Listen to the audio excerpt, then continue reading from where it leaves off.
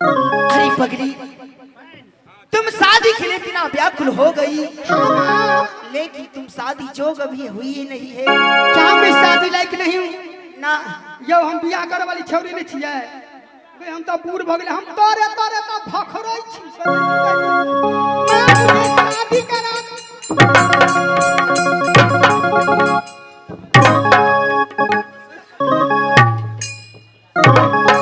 हे चंदा, तुम शादी जोग जगह हो जाएगी। तुम्हारी भैया भैंसा सिंह सिंह माँ किला कर्नाटक को अंदर तुम्हारी शादी खुद ही कर देगा। ये हाथ तक के मना भी नहीं, हाथ पर अच्छा माँ, ये हम पाही के मना, मेरी पाही बात ये हम पैर के मना भी नहीं, हमर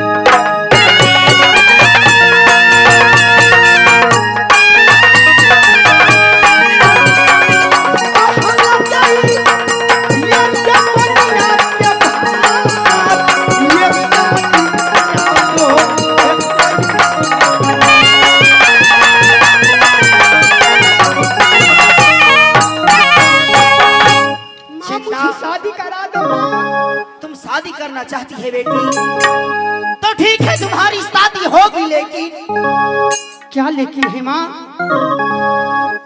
तुम्हारी शादी में बहुत सा कष्ट और कठिनाई है बेटी। कहाँ मेरी शादी होगी? चंदा, कहाँ मेरी शादी होगी? मरिया में संतोषवा से।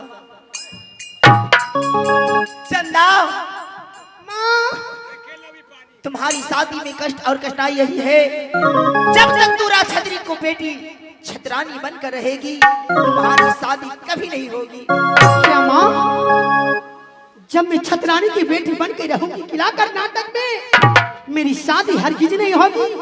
नहीं बेटी। क्यों माँ, मुझ में कमी क्या है माँ? चंदा, तुम्हारी शादी को कारण जैसे तुम किला कर्नाटक को अंदर एक राजा को बेटी राजकुमारी है, छतरी को बेटी छतरानी है। छतरानी भेष छोड़कर टिटुकिया भेष बनाकर तुझे नट्टिन बनना पड़ेगी। क्या माँ, मैं एक छतरी की बेटी होकर एक छोटी मोटी जात की नट्टिन बनूं? हाँ, उतना ही नहीं बेटी, तुम्हारी बड़े भैया भैंसा सिंह है ना, अपनी जादू से उसे भैंसा बना लेना। क्या माँ? मुर्गा मुर्गी सिर का सिर ले लेना, एक कामनो किलाने भरवन करना।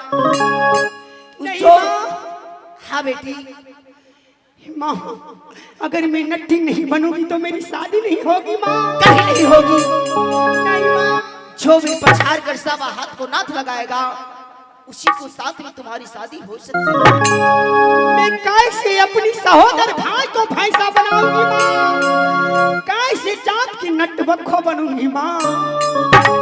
छेता, जब तू ये सब न करना चाहती है तो शादी को नाम रटना भूल जा। नहीं माँ, मैं अपनी शौक के कारण जरूर नट्टी बनूंगी, जरूर बनूंगी, जरूर बनूंगी। ठीक है बेटी, मैं यहाँ से जा रही हूँ। जब तुझे जरूरी पड़ जाए तो मुझे याद कर लेना। प्रणाम। इस समय जहाँ मेरे भैया भैंसा सिंह अपनी गादी पे विराजमान है, माँ दुर्गा की शक्ति लेके जाती हूँ। ऐसी जादू मारूंगी भैया जी को, भैंसा बना लूंगी।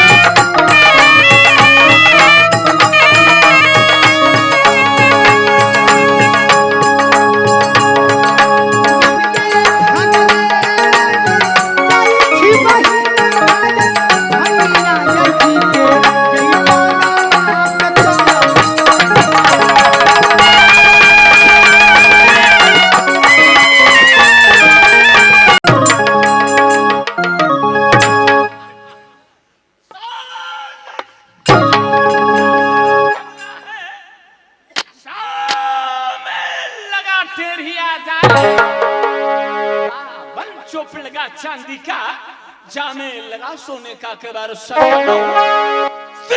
गंगा ऊपर में बहगा नदी हीरो का ऊपर सोन बरसा झहराने ताका ऊपर है किला बैलबा का ऊपर महराज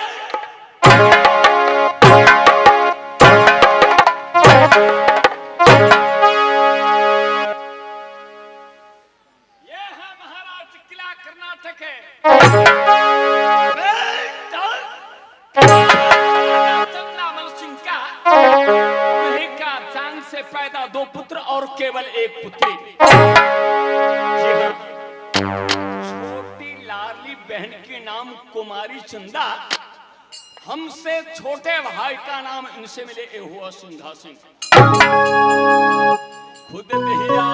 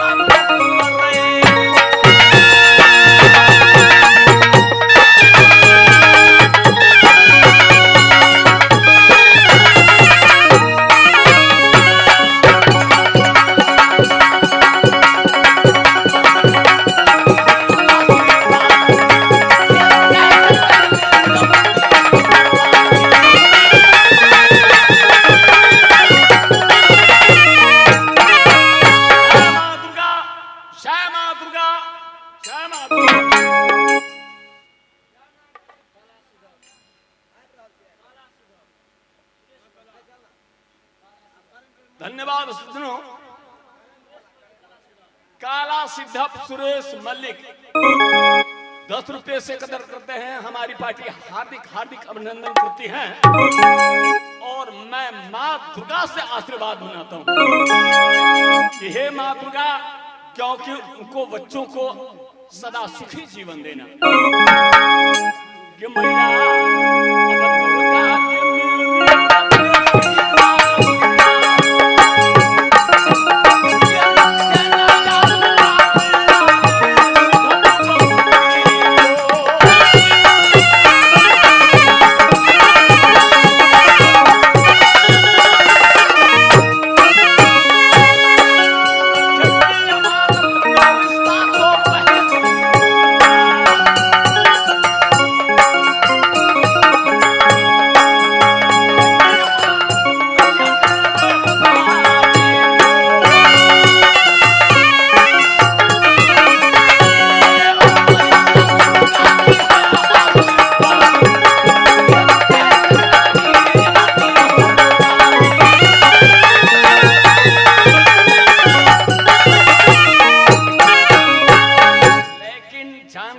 शहर वालों कि मेरा ही नाम बेटा कहावे महाराजा चंदामल सिंह का, और उन्हीं का चांग से 2 पुत्र पैदा और 1 पुत्री। छोटी लाडली बहन की नाम कुमारी चंदा और हमसे छोटे भाई का नाम सिंघा सिंह, और मेरे ही नाम भैंसा सिंह कहा करते हैं। लेकिन 1600 पलटन का अवसर था भैया, लेकिन एक भी पलटन नजर नहीं आ रही है। ना जाने वो लोग कहाँ रहते हैं, कुछ समझ में नहीं आता। खैर ठीक है, कुछ देरों के लिए मैं इंतजार कर रहा हूँ, चाहे जहां कहीं भी होंगे वो अवश्य आएंगे। राय कोई है? महाराज की जय हो।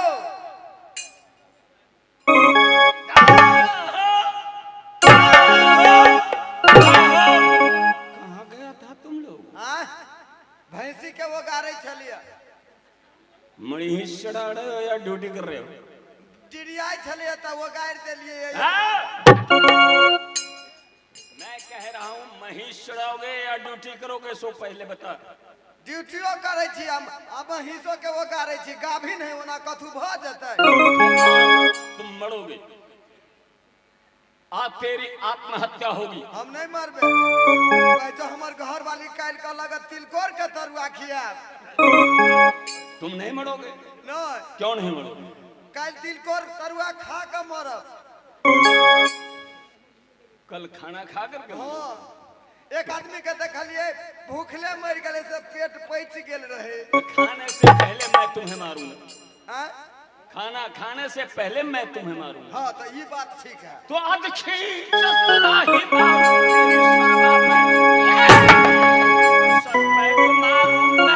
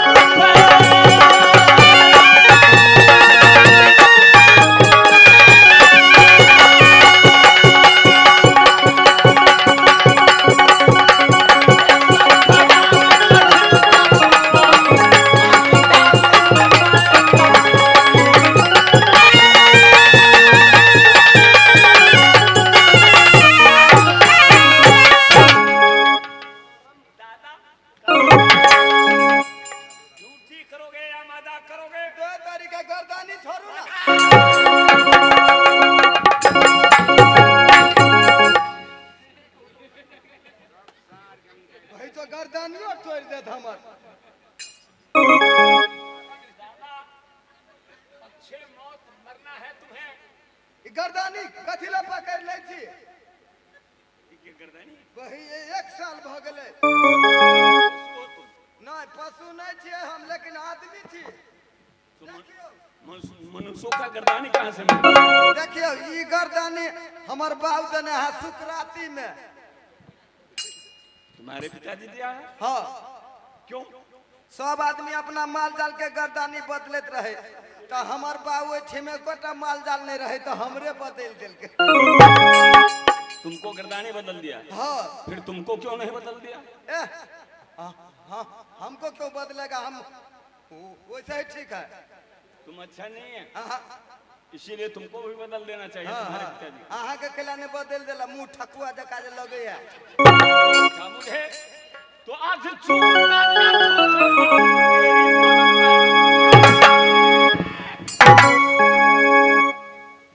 ऐसे जूते का ठोकर मारेंगे, खून निकल आएगा, खून पी जाएंगे और चैन से तो आज जूता का ठोकर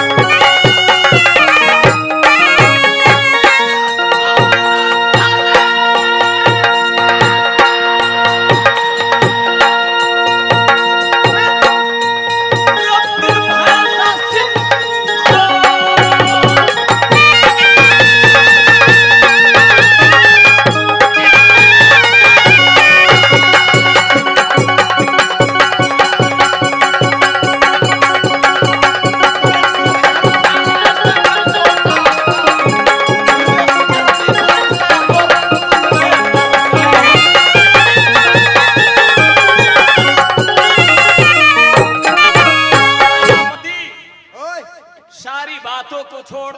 हाँ, लेकिन हर हमेशा 24 घंटे के लिए मेरे भाई सिंघा सिंह मेरे बंगले के पास उपस्थित रहते थे। कारण बस आज कौन सी ऐसी समस्या है जो भैंसा सिंह का सामने आज सिंघा सिंह उपस्थित नहीं, ना जाने उसकी तमन्ना क्या है भाई, कुछ समझ में नहीं आता। मन अहाँ के छोटका भाई सिंघा सिंह अवश्य वो कहाँ है मालूम नहीं है। पता नहीं, वो हर हमेशा 24 घंटे के लिए मेरे पास ही रहते थे, लेकिन वो आज है कहाँ? अरे वो बड़ा कुरबा में गया है, ऊपर का खेत में पानी आर के कटल है। क्षत्रियों का पानी काटने का ये तरीका नहीं है भाई। पहले जाओ तुम और पता करके आओ कि वो क्या है उसकी तमन्ना और कहाँ बैठे हुए। क्या अहाँ के छोटका भाई चौक पर भांग खेने वही जो बता जका करे है। भांग खा? हाँ, एते भांग खा लेल के एक बार में ढकोच लेल के।